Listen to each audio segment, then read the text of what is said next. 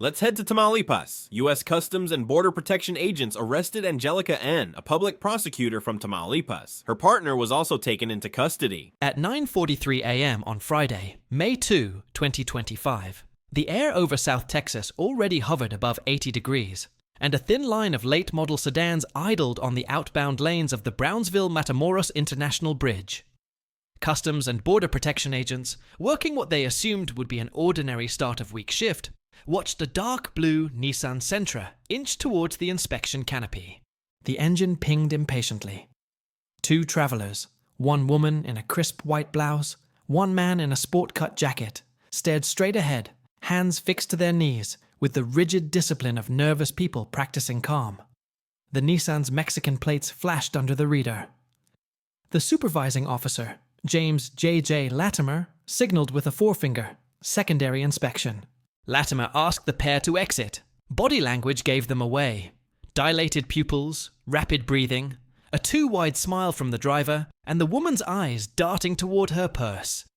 Two junior officers popped the trunk, then the backseat cushions. Under a thin layer of carpet, they found the first stack, $20 or $100 bills bound by a rubber band. Inside the glove box sat a second wad. By the time they pried off the center console, it was clear they had stumbled onto a bulk cash smuggling attempt. Only this one would carry heavier political weight than any they had logged that month. When Officer Latimer waved the female traveler toward a portable scanner, she hesitated exactly one heartbeat too long. Standard pat-down protocol revealed hard ridges beneath her blouse. Officers cut through medical tape and black duct tape, unpeeling neat bricks of U.S. currency.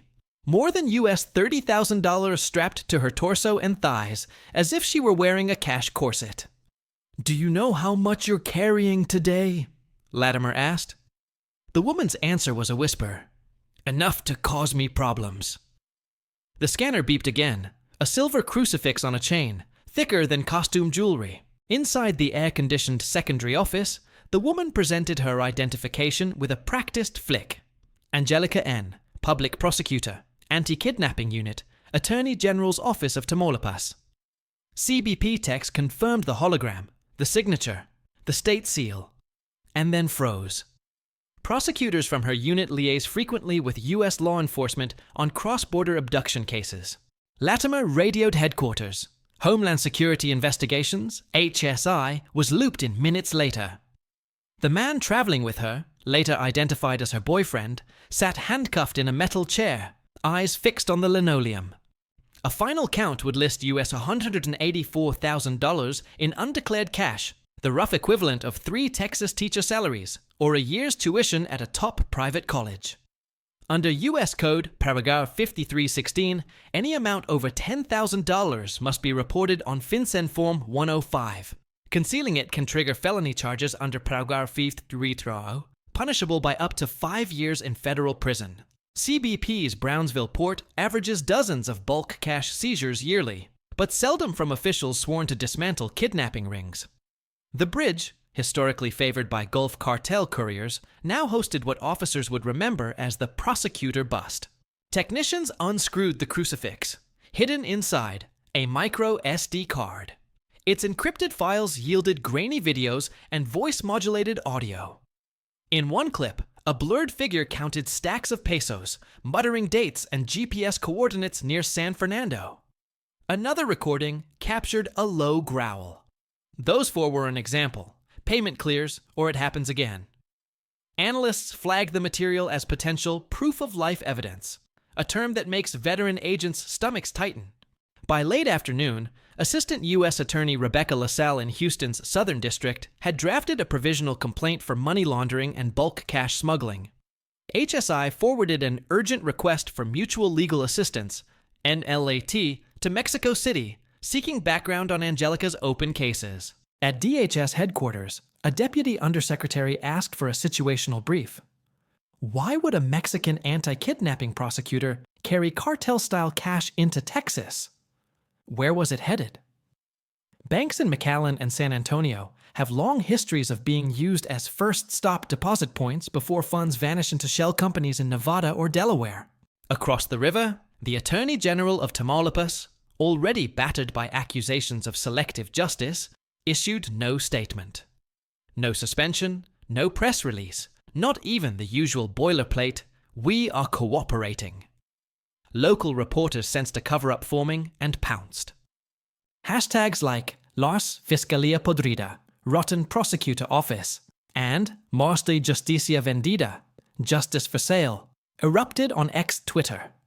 By sundown, a live stream outside the Reynosa courthouse showed mothers of missing migrants taping photos of loved ones to the gates, chanting, "¿Cuántas llamadas ignoró?" How many calls did she ignore? Digging into public records, investigative journalists unearthed Angélica's meteoric rise. Hired in 2018 as a junior clerk, she was promoted to lead prosecutor in 2022, after resolving a high-profile kidnapping that ended with all suspects released for lack of evidence. Her uncle, records show, once served as interim treasurer in a Gulfside municipality and is under federal audit for unexplained wealth. In hushed newsroom briefings, reporters whispered what activists had alleged for years, that parts of Tamaulipas' justice apparatus act less like watchdogs and more like gatekeepers for criminal commerce. Tuesday, May 6th. At 10 a.m., families gathered outside Tamaulipas' state prosecutor's office in Ciudad Victoria, waving placards. "My son vanished in 2021. She held my daughter's file for 8 months. Justice delayed is justice sold." A grandmother named Rosa, clutching a framed senior portrait, told cameras, "If a kidnap prosecutor smuggles money, what hope do the poor have?" Within hours, national TV anchors ran the clip alongside a stark chyron. "Trust at the border, broken." CBP's post-event report reads like a how-to manual for contraband couriers. The Sentra's rear seat had been rebolted with shorter screws to create a slim cavity. The center console clicked open at a hidden latch. Currency was vacuum-sealed to mask odor and wrapped in carbon paper layers to confuse X-ray imagers. Taping cash to a body, a trick borrowed from narcotics mules, suggests fear of a K-9 search. Ironically, CBP had no dogs on site that morning. Officers relied on behavioral cues. One supervisor remarked, "If they'd just gone full in-vehicle concealment and kept their cool, they might have crossed." HSI's forensics lab in McAllen cloned Angélica's confiscated phone. They recovered Telegram chats with usernames like Lickbang and Comandante Ewer07, arranged in vanish mode. One exchange, time-stamped 6:21 a.m., the day of the arrest. "Bridge today. Tape good. Say nothing if flagged. Money has to breathe on U.S. side." For investigators, the phrase "has to breathe" signals an intent to inject cash into the American banking system quickly, usually via low-value deposits split across multiple branches, a practice called structuring. Wednesday morning, May 7th, reporters were summoned without advance notice to the National Palace. Standing beneath an ornate crystal chandelier, Federal Security Secretary Omar Garcia Harfuch spoke for 4 unbroken minutes, his voice echoing off marble. "The public ministry must be the nation's shield, not its leak.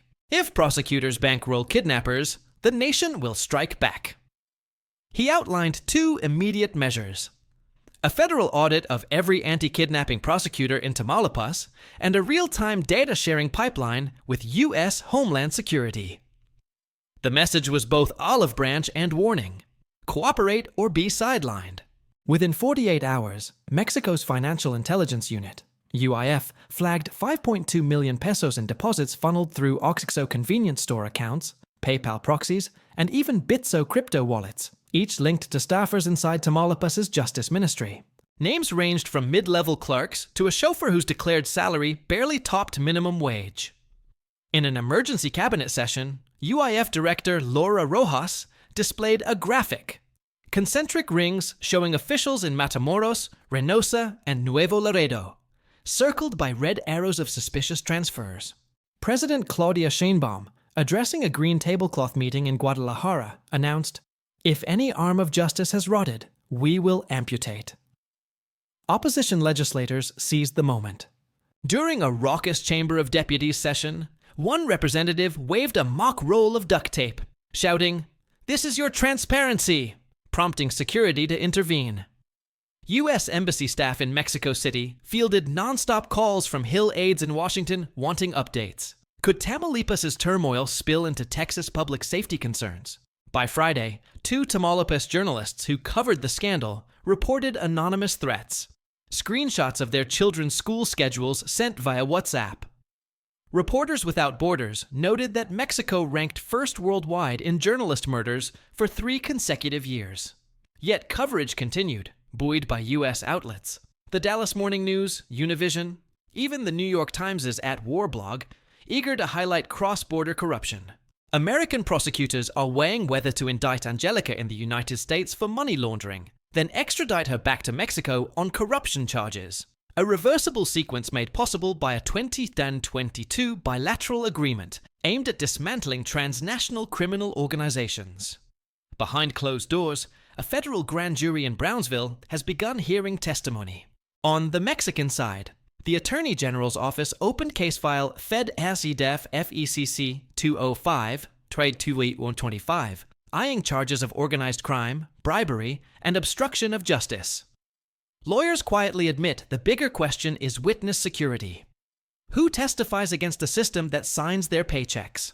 Political scientists compare Tamaulipas' predicament to Chicago in the Prohibition era, when lawmen routinely took payouts from syndicates.